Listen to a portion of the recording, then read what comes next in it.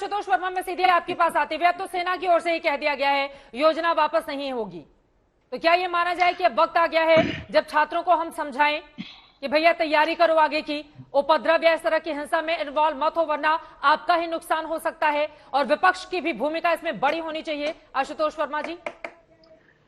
चित्रा जी, देखिए, विपक्ष की भूमिका हर समय रहती है और पिछले 8 सालों में इस देश में जो भी हो रहा है उसके पीछे विपक्ष का नाम लिया जा रहा है। और आज भी आप पूछ रहे हैं विपक्ष समझाता क्यों नहीं है। एक बात बार बार समझ में नहीं आती, पिछले 8 सालों में भारतीय जनता पार्टी शासित जो सरकार है वो ऐसा क्यों संवादहीनता रखती है कि जब बड़े फैसले देती है तो देश के जिसके लिए फैसले ले रही है वो उसको समझा नहीं पा रही है। जब सीए का मसला लेके आए तो मुसलमानों को समझा नहीं पाए, जब नोटबंदी का लेके आए तो अर्थशास्त्रियों को समझा नहीं पाए, जब कृषि कानून को लेके आए तब किसानों को समझा नहीं पाए, और आज अग्निपथ लेके आए हैं तो युवाओं को समझा नहीं पा रहे हैं। और प्रधानमंत्री जी मन की बात करते हैं। मुझे लगता है ये संवादहीनता होती ही क्यों देश में, और अगर विपक्ष की जिम्मेदारी है तो उससे कहीं ज्यादा सरकार में बैठे हुए नुमाइंदों की जिम्मेदारी है।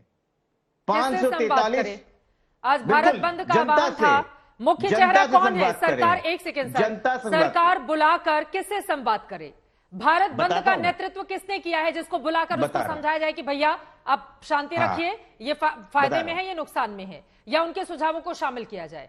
बताता हूं। हाँ। देखिए चित्रा जी, जब भारतीय जनता पार्टी चुनाव लड़ती है तो पन्ना प्रमुख तक बनाती है। इनके पास 543 सांसदों में सबसे ज्यादा सांसद इनके पास में है, सबसे ज्यादा राज्यसभा सांसद हैं। क्यों ऐसी जरूरत पड़ी कि इनको 3 सेना अध्यक्षों को प्रेस वार्ता करनी पड़ गई? भारत के इतिहास में पहली बार ऐसा हुआ कि डिफेंस मामले में सरकार को हटके, पीछे से हटके सेना अध्यक्षों को संवाद करने पड़ के एक्सप्लेनेशन देना पड़ता है। ये अपने आप में बहुत ज्यादा शर्मिंदगी है। हमारे देश में ऐसी स्थितियां आने की नौबत क्यों आती है? और भारतीय जनता पार्टी के नेताओं से पहले यह पूछा जाए कि ये आपने रोजगार के लिए किया है, ये सेना के लिए? आप ही के साथ बैठे हुए भारतीय जनता पार्टी के प्रवक्ता ने कुछ दिन पहले यहां पे ताज ठोक ठोक के बोला था कि कौन है जो 17 साल में नौकरी देता है, कौन है जो 17 साल में नौकरी देता है? हम दे रहे हैं। आज कह रहे हैं सेना नौकरी के लिए नहीं है। तो पहले अपने वक्तव्य सही करिए। सेना को आपने एम्प्लॉयमेंट एक्सचेंज प्रोग्राम बना रखा है। सेना में जो अदम्य वीर और साहस की बात होती थी वो कहां चली गई? 4 साल की कॉन्ट्रेक्चुअल नौकरी करवा रहे हैं आप। 4 साल क्यों करा? देखिए, आपकी स्कीम की विरोध नहीं है, आपकी मंशाओं पे विरोध है। अगर इसी स्कीम को बच्चे कह क्या रही हैं कि हमको कम से कम 15 साल के लिए कर दो। अरे 15 साल नहीं, 5 साल कर दो। 4 साल की हाइपोथेसिस कहां से लेके आए? उसके पीछे बहुत बड़ा खेल है। ये चाहते नहीं है कि 4 साल से ऊपर नौकरी हो पाए। 5 साल हो जाता तो क्या हो जाता?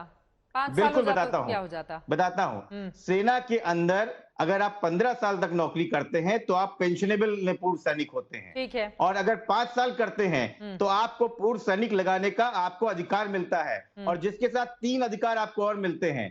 पहला, अगर आप 5 साल की नौकरी कर लेते हैं तो आपको ग्रेजुएटी का अधिकार मिलता है, जो कि साफ साफ इन्होंने मना कर दिया कि ग्रेजुएटी नहीं देंगे। मतलब आप ये कह रहे हैं कि पैसा बचाने का तरीका अख्तियार कर लिया है, या पैसा नहीं है सरकार के पास, लेकिन दूसरी तरफ से वो कान पकड़ रही है। सुधांशु जी, आप इसका जवाब दीजिएगा, लेकिन 2 लाइन में जल्दी से आशुतोष जी। अरे भारत बंद में, एक सेकेंड सर, वो किसको बुलाए सरकार? उनको तो भेजिए आप, किसको बुलाए सरकार और बातचीत करे?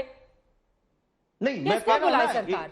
क्यों ये सांसद विधायक किसके लिए चुने गए हैं? अरे सांसद विधायक अपने ही सांसद विधायकों को बुलाकर बात करेगी, आम जनता कैसे सुनेगी? वो कहेगी कि किसको बुलाए? विपक्षी दलों को बुलाए, विपक्षी दलों को बुलाए। एक बार भी ज्वाइंट पार्लियामेंट कमेटी विपक्षी दल क्या समझाएगा सर आम लोगों को, आप कह रहे हैं? नहीं, विपक्षी दलों को आपने कॉन्फिडेंस में लिया क्या? विपक्षी दल को कॉन्फिडेंस में नहीं लिया, इसलिए दर्द ज्यादा है। सुधांशु पहली बात की विपक्षी दल को आपने भरोसे में नहीं लिया, ठीक है। दूसरा कि आप कान दूसरी तरफ से पकड़ रहे हैं, आपके पास पैसा ही नहीं है सेना के लिए, इसलिए रेगुलर भर्ती को आपको बंद करना पड़ा है। सिंह कह रहे हैं कि ये मूर्खतापूर्ण कदम है, और साथ साथ ये भी कह रहे हैं कि पैसा बचाइए, लेकिन जवाब ले लेते हैं। आशुतोष जी, 5 साल वाला महत्वपूर्ण बात आपने उठाया यहाँ पर मुद्दा, एक बार जवाब ले लीजिए। 5 साल वाली बात। 5 साल अगर पूर्व सैनिक हो जाता है, सुधांशु जी 2 सेकंड, शांशु जी आप बिल्कुल जवाब दीजिएगा, 2 सेकंड। 5 साल के साथ उसको सीएसडी कैंटीन की आजीवन सदस्यता मिलती है, जिसमें तेल साबुन घर का मिलता है। 5 साल में उसको कमांड हॉस्पिटल में मिलती है, और साथ में राज्य सरकारों में 5 से 10% शायद नहीं होता, शायद नहीं होता। पूर्व सैनिकों के बहुत बड़े हिस्से में कहा है।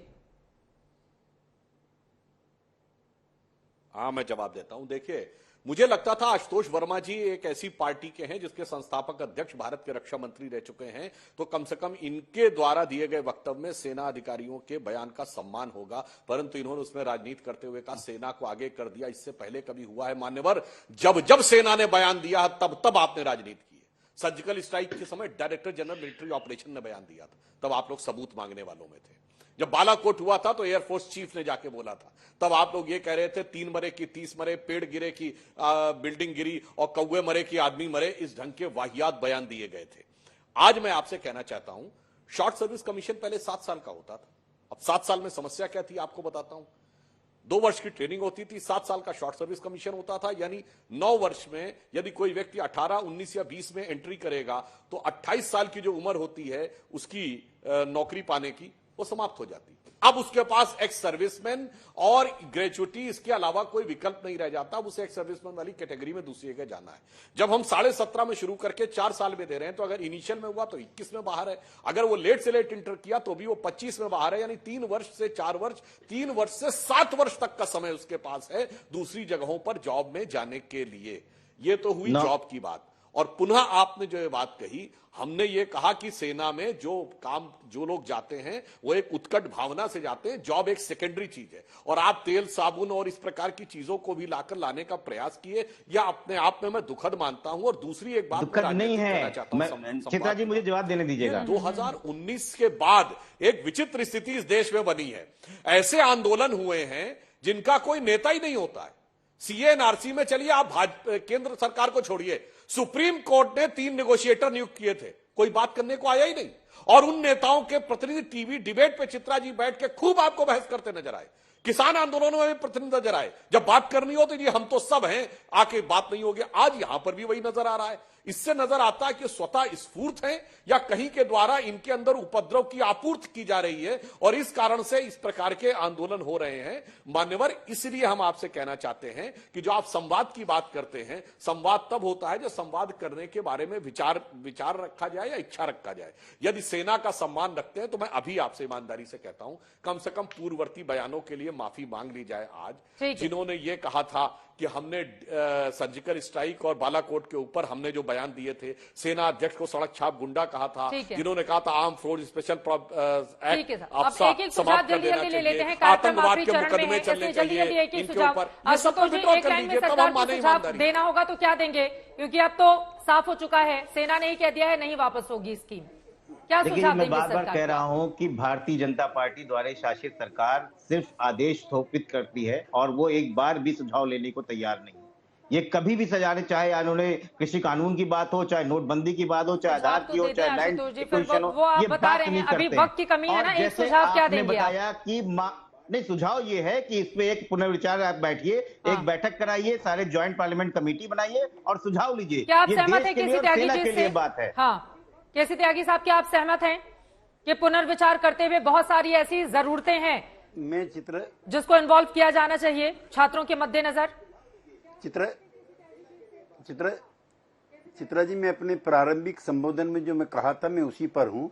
हमने इस कानून को वापस लेने की कभी हिमायत नहीं की। यद्यपि जो ग्रीवांसेस हैं उस पर सरकार को खुले दिमाग से वार्ता करनी चाहिए, क्योंकि बहुत सारी चीज मैंने आपको बताई। मैं तो 1 दर्जन और भी लिख करके लाया हूं जो मैं किसी समय पर सुझाव में दूंगा, लेकिन संवादहीनता नहीं होनी चाहिए।